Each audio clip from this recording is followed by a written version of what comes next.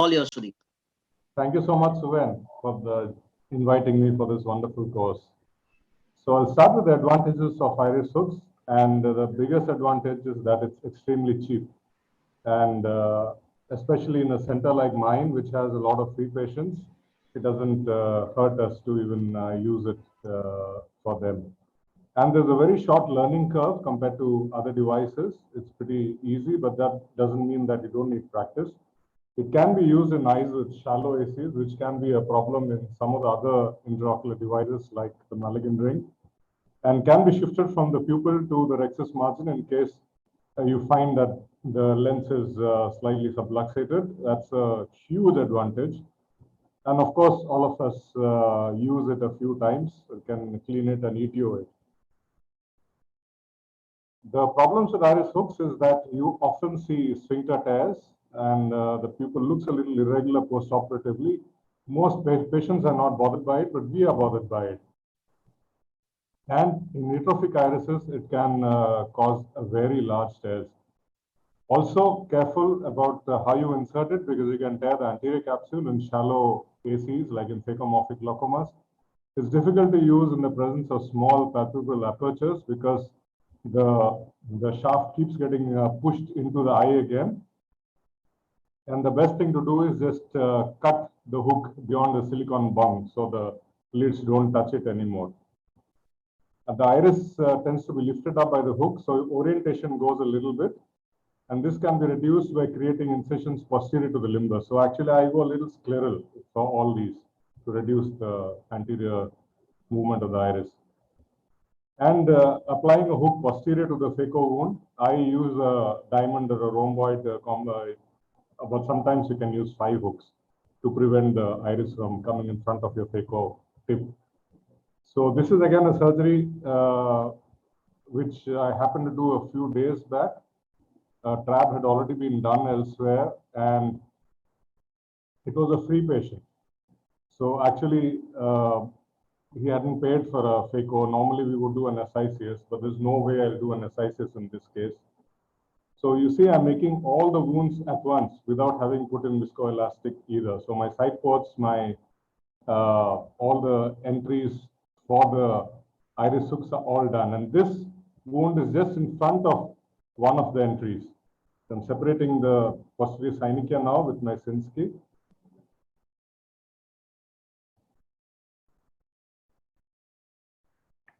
Then I know that this iris is going to come down. It's going to be fairly floppy if I don't insert the hooks. So as you can see, these are ETO hooks you can make out because they're slightly more open than the normal hooks. The other ones, the hook part will be a little smaller. It won't be this open.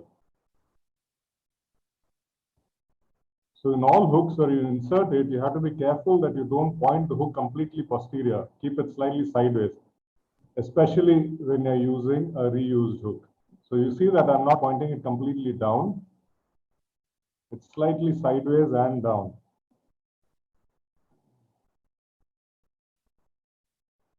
And insert it turn by turn, one after the other. And I haven't really expanded the pupil fully. It's just slightly bigger than what it already was. I just don't want it to come down. And I've forgotten to make one side port. So make the side port and then continue with the surgery. The surgery, there's really nothing much. Once the hooks are there, it becomes pretty easy. And then the IOL goes in.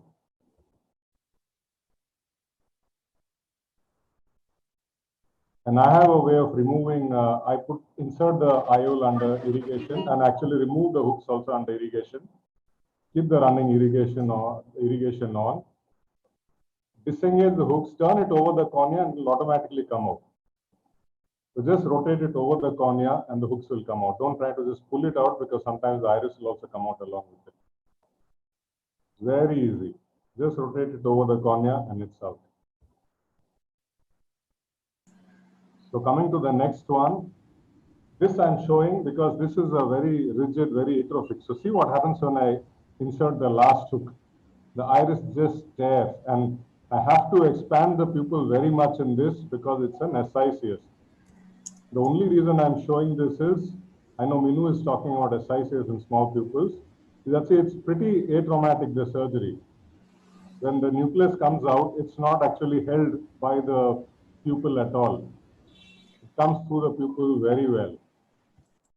But then see what happens. Even now the iris is in place, but look what happens when you take out the iris hooks. So maybe in these cases it would have been better if I'd done a few small sphincterotomies and completed the surgery.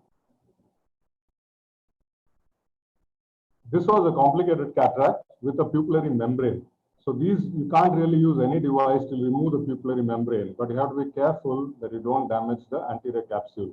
And I didn't realize that I've actually pulled out the anterior capsule also here, part of it. So there's a tear there. So when I'm inserting this is when I realized that I'm catching the anterior capsule. So I decided not to insert that hook first because I'm still holding the anterior capsule. And I'll rip the anterior capsule completely. So insert it in a place where the anterior capsule is not torn.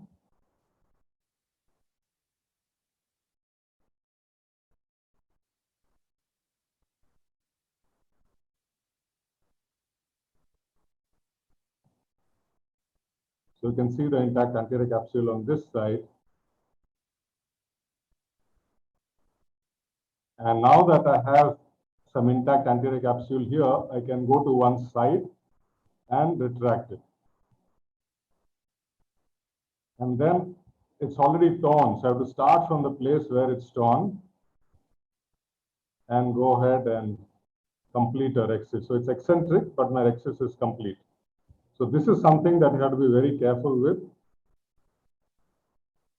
But sometimes you can do it even while inserting the hook. So like I said, never point the hooks completely backwards.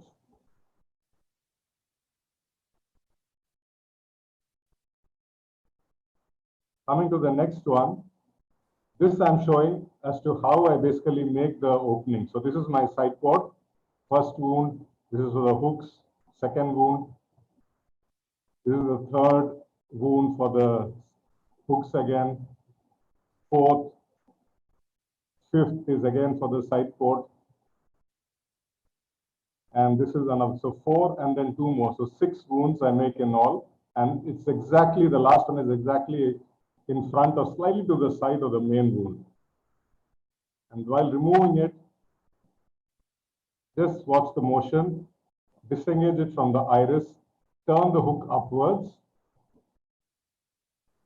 and just rotate it over the cornea, and it's out.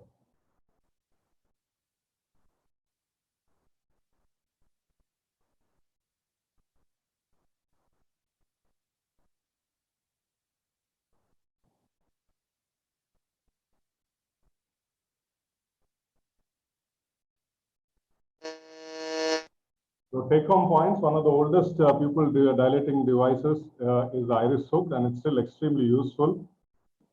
Make the incisions at the limbus or slightly sterile. Don't make it like your side ports, which are pretty corneal.